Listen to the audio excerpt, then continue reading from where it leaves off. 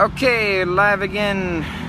This is Blind Justice on the streets of Aberdeen. You can hear the traffic. We're here in Aberdeen, Washington, on the corner of Broadway and Wishkah. And we got Pizza Hut over that way. And the traffic. City Drug, got my friend sitting here by me. City Drug over there. Steam Donkey. There's the wine cellars. And is that a furniture store? What is this behind us? Carpet floors. Carpet and floors, thanks. Carpet. Alright, cool. So, I've been sitting here for a little bit. Took a little detour today. I was trying to help my friend navigate the housing system here. Because he's getting the boot. Somebody's trying to kick him out of his place. And so we went to the CAP office, which is up on 3rd Street in the old Armory building. And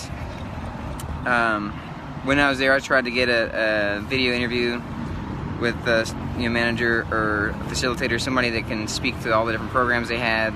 And so we're going to try to set that up soon to let everybody know all the different options that they provide and assistance they provide.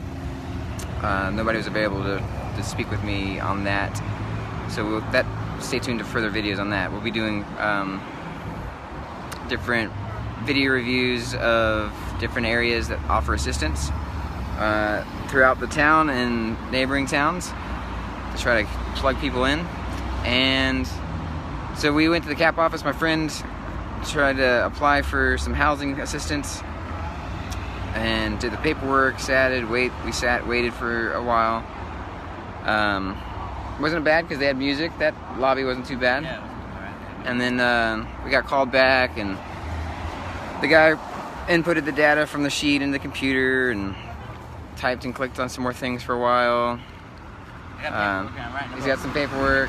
Yeah, lots of paperwork. Show him all the paperwork you got. Man, we got Piles. We got piles and piles of tons paperwork. of paper. Look at all his papers. Lots and lots of papers. Papers everywhere. I love to hear about so many people. Yes, they like to give out the papers. So, so you got papers for different things, right? And the guy that was helping him put in the information, went out of the room, I guess, to ask questions for something. Came back. Nice to Rebecca. Says hi, shout out to his friend, and yeah. So he directed us. He came back to the room. He directed us to the DSHS. Children First. DSHS office, because he said that they do have a housing program that they can help with at the CAP office, but he's got to go through the DSHS first, get in their system. So we went there. We waited for a while. I'm just letting y'all know. Yeah. My boss is not here today, so we don't really care. Yeah. But handle because the lady behind the counter is looking for that. She'll come cops immediately. Okay. Okay, so just keep it mellow. And I'm a nice guy today. If I come out being a dick tomorrow, it's because my boss is here. He's telling me to do it. So. All right, man. Thanks. Appreciate it.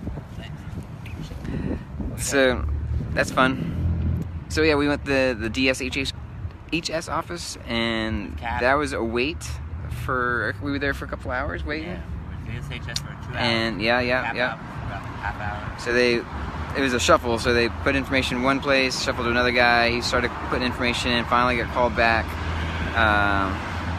to his little kiosk or whatever, and had to ask questions, verify information, put it in, and then he said, "Okay, I gotta clickety more. You guys go sit and wait." So we sat and wait. They pull us up again. A couple back and forths, right? A little yo-yo action. Eventually, he said, "Okay," he printed out the stuff. My friend to have him sign different things, and then he requested some, to validate some things with different letters and information that he didn't have with him.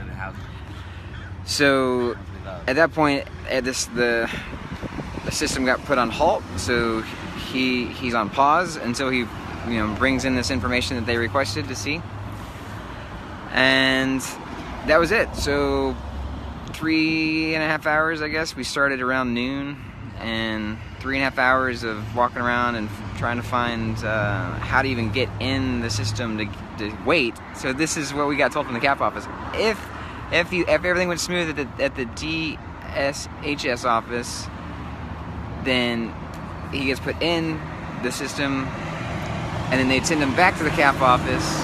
We'd walk back to the CAF office, and then they would put him on their system to facilitate, you know, the housing situation. But then he said there's a waiting list. The guy from the CAF office said, well, there's a waiting list. I said, well, how long is the waiting list? And he's like, it's too hard to say right now. It changes. So he wouldn't give me a specific answer on that. We've heard from other people that the waiting can be up to 39 months here.